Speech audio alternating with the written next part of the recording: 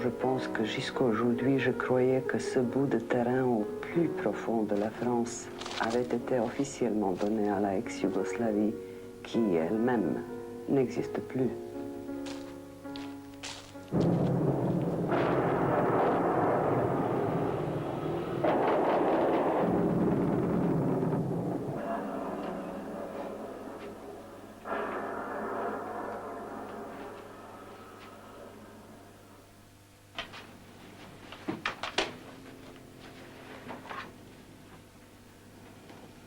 À la recherche de mon identité éthique et pas ethnique, je rencontre les gens effrayés, désarmés et incrédules devant cet imbroglio balkanique. C'est pas étonnant.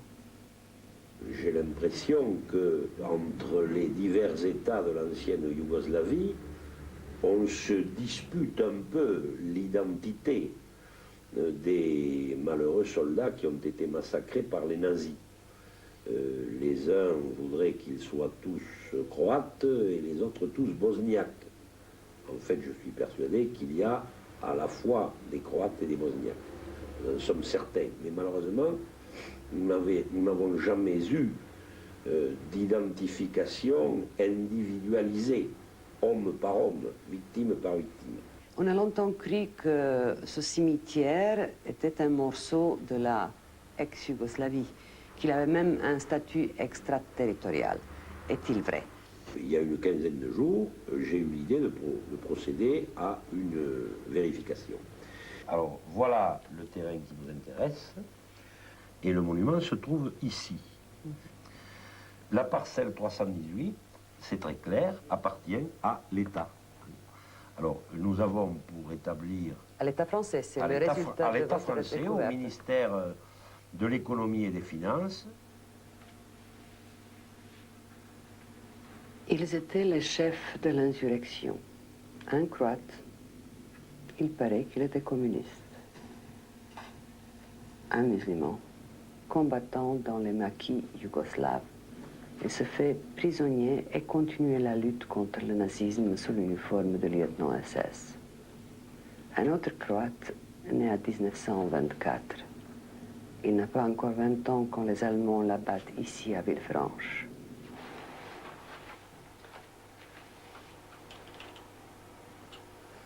Comment ils pourraient comprendre, ces habitants de Villefranche, la valse tragique de nos identités balkaniques?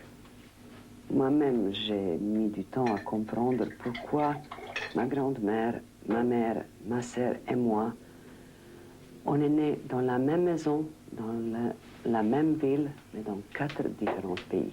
L'Empire austro-hongrois, royaume des Serbes, Croates et Slovènes, l'État indépendant croate. Et moi-même, je suis né en Yougoslavie.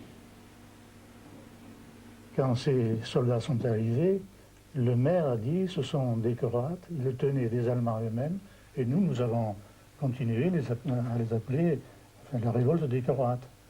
Au début, c'était tous des soldats habillés de vert, on les confondait. Mais quand on voyait des officiers qui commandaient à ces soldats de se coucher par terre, par exemple, qui les insultaient, qui les maltraitaient, qui les frappaient quelquefois. Alors, c'était, évidemment, pour la population, c'était un signe qui ne trompait pas, ça. Ce n'étaient pas les Allemands comme les autres, ce n'étaient pas des soldats comme les autres. Et progressivement, la population les a pris en pitié d'abord, et en sympathie. Aujourd'hui encore, on ignore qui étaient précisément ces garçons, puisque la première chose qu'ils ont faite au début de la révolte a été de brûler leurs papiers militaires. Mais on ne détruit pas un peuple, on ne détruit pas une identité, une nation en détruisant les papiers. Et il n'y a pas de bons ou de mauvais peuples. Et ils ont tort, tous ceux qui aujourd'hui veulent hériter de ces morts anonymes et leur donner de force une identité. Identité, ça existe ou ça n'existe pas. Pendant toute mon enfance, on m'a appris à l'école que mon identité croate était un péché. Je devais payer pour les fascistes croates. Aujourd'hui, je ne veux plus être soupçonné pour les crimes des fascistes croates.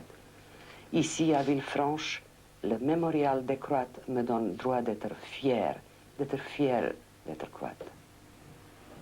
Là, vous voyez, madame, il y a une banque, mais autrefois c'était un hôtel très important à Villefranche, et c'était là que les officiers SS du 13e bataillon étaient logés. Ils étaient 7 dans les chambres, et les Croates, excédés par les brimades, par le rôle qu'on leur faisait jouer contre leur gré, ont décidé de régler cette affaire définitivement. Ils ont pris les officiers qui étaient dans les chambres et les ont emmenés à l'école primaire supérieure, qui était un peu plus d'1 kilomètre d'ici à peu près, et ils les ont jugés. Pourquoi juger? À cause des fautes qu'ils avaient commises à leur égard, à eux. Eux étaient des victimes, ces soldats. On voulait leur faire des crimes. Ils les ont jugés, condamnés à mort et fusillés.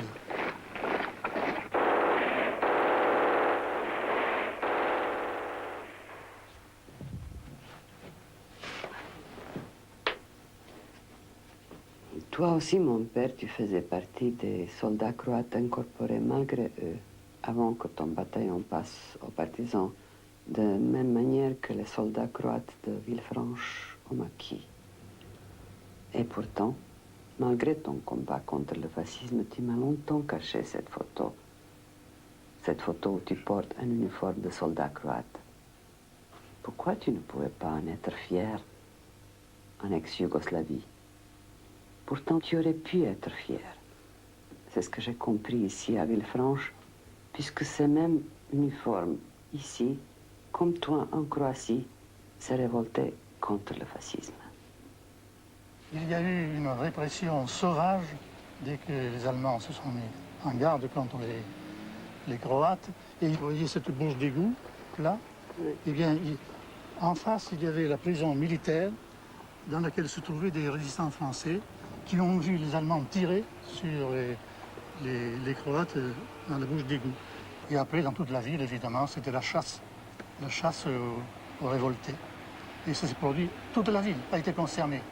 Toutes les rues ont vu la fusillade.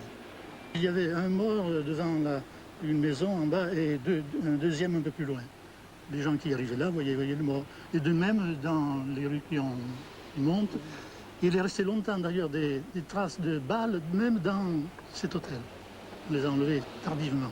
Est-ce que vous saviez quel nombre de morts? Sans doute 146 victimes tuées à Villefranche. 146. Tués croates, 146. 146.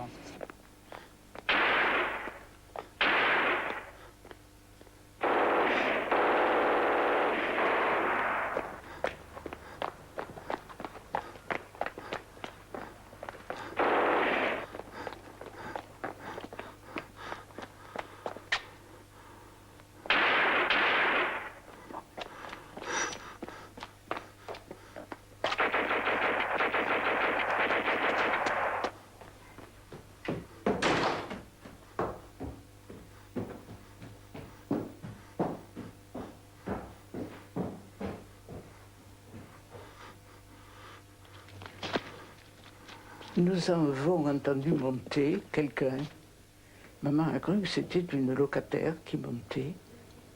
Et elle l'a appelée. Elle l'a appelée croyant que c'était mademoiselle Veissière. Mais personne n'a répondu. Et au lieu de s'arrêter chez mademoiselle Veissière, on a continué de monter. Et c'est là où il s'est caché? Et alors, nous avons compris que c'était quelqu'un d'étranger à la maison qui était entré. Et alors, ici, nous avons vu une forme vague qui nous a dit quelques mots que nous n'avons pas compris, bien entendu. Mais comment vous avez compris qu'il était un révolté? Oh, ben, on savait à peu près ce qui s'était passé. On avait entendu des coups de feu, des poursuites, la chasse à l'homme dans les rues. On se doutait. On a très bien compris que c'était un homme traqué qui avait trouvé notre porte ouverte, était entré et s'était caché où il avait trouvé. À midi, lorsque je suis revenue du travail, avec madame Vidal, nous lui avons porté un repas. Et il n'était plus sous les combles, il n'était plus ici. Donc il s'est échappé dans cette chambre-là? Oui.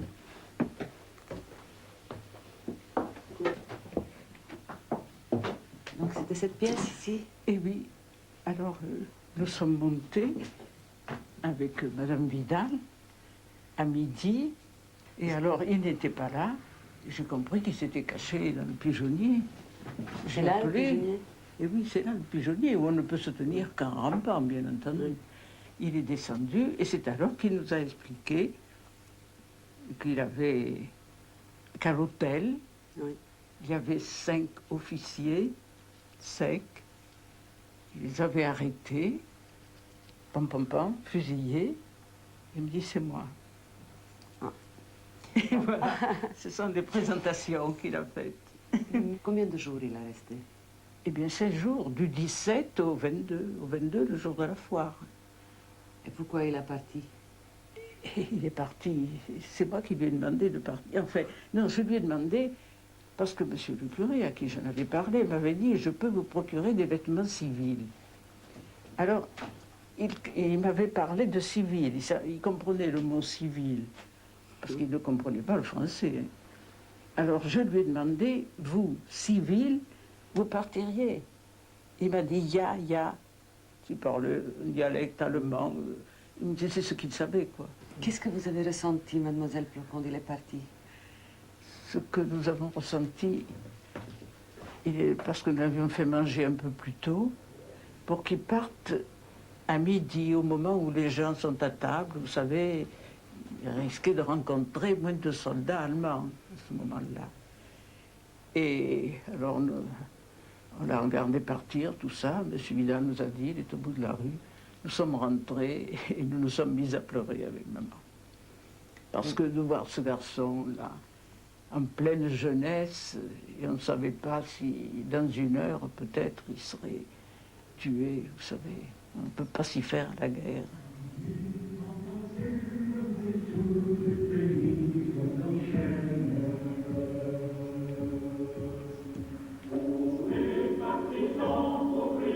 Ils sont là, 50 ou 70, que les nazis ont entassés là si hâtivement que quelques jours après le supplice, les chiens viendront déterrer les cadavres.